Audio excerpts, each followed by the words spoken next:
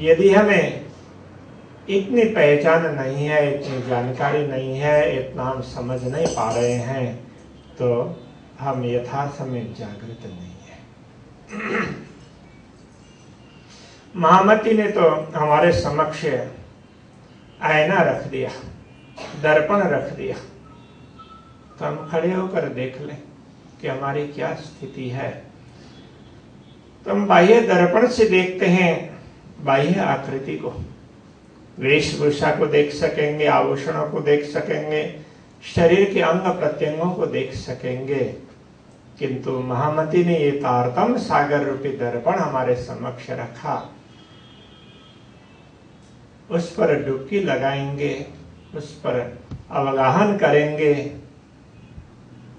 तो हमें हमारा अंतर दिखाई देने लगेगा। मन कहाँ जा रहा है, बुद्धि कहाँ जा रही है, चित्त कहाँ जा रहा है, अहंकार का कितना बड़ा स्वरूप खड़ा है, और हम कौन है, मैं कौन हूँ, मेरे धनी कौन है, मेरा धाम कौन है, और किस प्रकार मैं अपने धनी के साथ में आनंद का अनुभव कर रहा हूँ, ये सारा ख्याल हो जाएगा।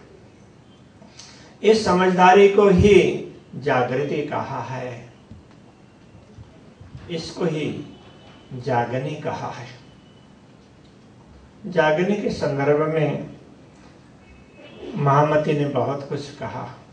कहते हैं जागनी एक लीला है जिसमें आत्माएं जागृत होकर दुनिया का सुख भी ले सकती है और परमधाम का सुख भी ले सकती है। ये सुख परमधाम में रहते हुए ब्रह्मात्माओं को प्राप्त नहीं था। एक साथ में दुनिया का भी सुख प्राप्त करना और परमधाम का भी प्राप्त करना, ये तो जागनी लीला में ही संभव है। तो इसके साथ साथ में ये भी स्पष्ट करके समझा दिया कि दुनिया के सुख में भी ब्राज और रास के लीला में परमधाम के ही सुख का अनुभव किया था। ये सारा अनुभव तो इस जागनी लीला में किया जा सकता है। इसलिए कहा, अब जाग देखो सुख जागनी, ए सुख सुहागिन जोग, तीन लीला चौथी घर की, इन चारों का या में भोग। तो यहाँ एक शब्द का प्रयोग हुआ, ए सुख सुहागिन जोग।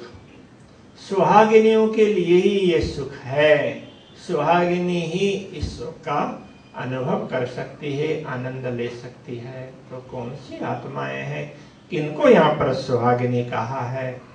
तो इस संदर्भ में हम विचार करेंगे तो हमें ज्ञात होगा कि जैसे लोक व्यवहार में उस महिला को हम सुहागिनी कहते हैं जिसका संबंध उसके पति के साथ में है। जो पति के साथ से संबंध विच्छेद हो जाता है, फिर वो सुहागिनी नहीं रहती है, किसी भी प्रकार से विच्छेद हो, वो बात अलग है।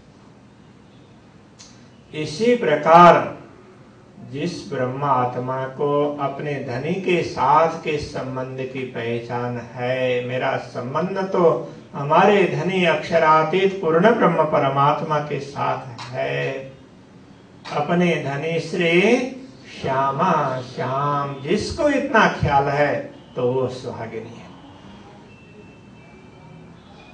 तो जो जागृत आत्मा होगी उसको ही ये सब ख्याल होगा, तो वही सुहागिनी कहलाएगी। इसलिए कहते हैं ये जागने का सुख है वो तो सुहागिनियों के लिए है, जो जागृत आत्माएं हैं उनके लिए सुख है।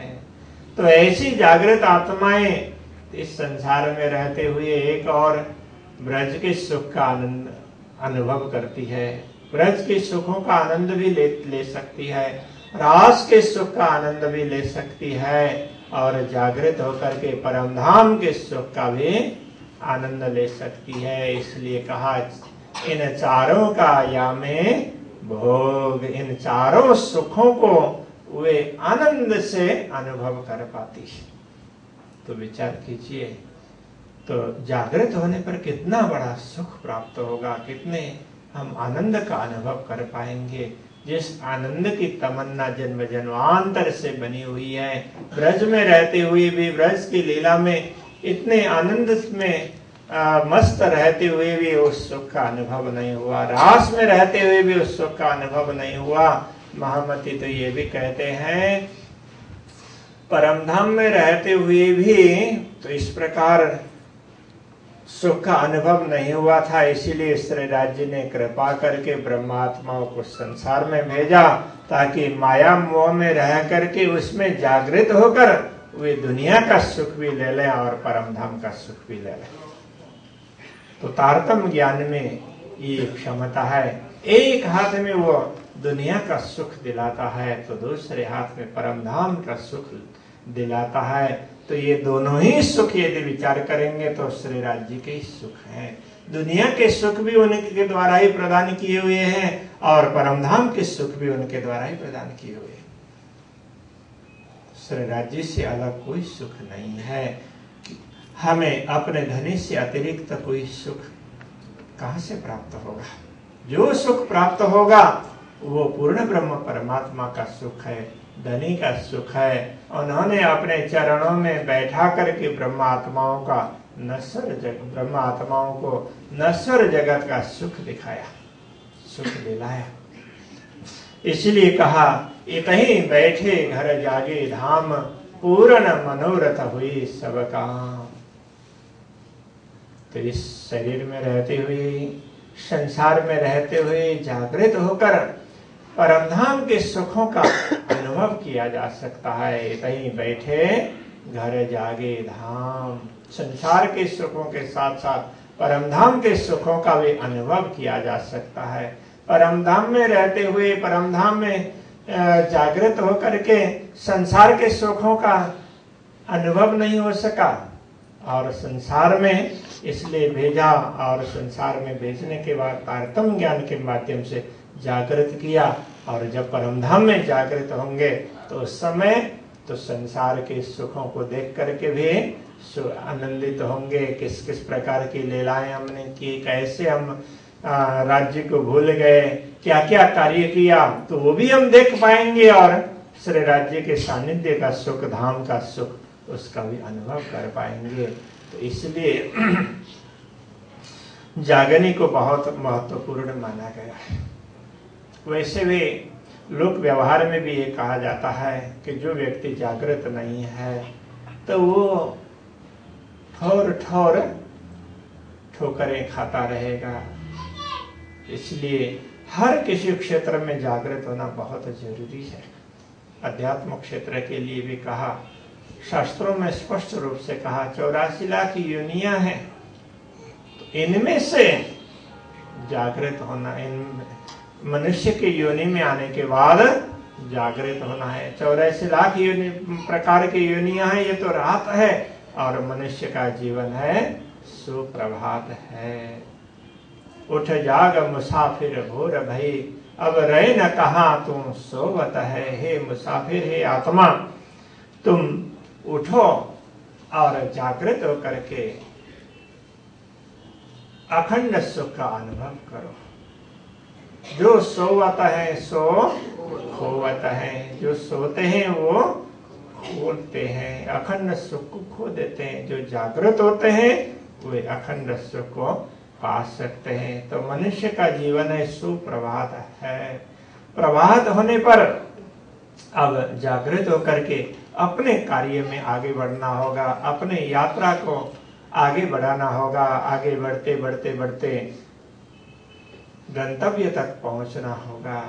तो ये आत्मा दुनिया में आती है तो दुनिया में आने के बाद उसका एक ही लक्ष्य होता है, परमात्मा का धाम और अखंड सुख, परम धाम को पाना और अखंड सुख को प्राप्त करना। तो श्री राज्य का अनुभव करेंगे, पूर्ण ब्रह्म परमात्मा का अनुभव करेंगे तो अखंड सुख का अनुभव हो सकता है। इसलिए कहा मानखे देह अखंड फल पाइए। तो मनुष्य के जीवन में आ जाने के बाद आत्मा अखंड फल को प्राप्त कर सकती है। सारे शास्त्रों में ये बात समझाई है।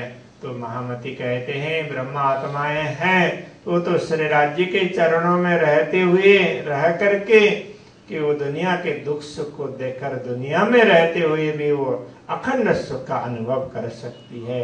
अभी इस सुख का अनुभव करना है जागृत होकर। तो हम लोग जागृत होकर ऐसे सुखों का अनुभव करेंगे तो हमारा जीवन धन्य हो पाएगा। तो मैं अभी अपनी वाणी को इन्हीं शब्दों के साथ विराम देना चाहूँगा। बोलिए श्री कृष्ण कन्हैया लाल की।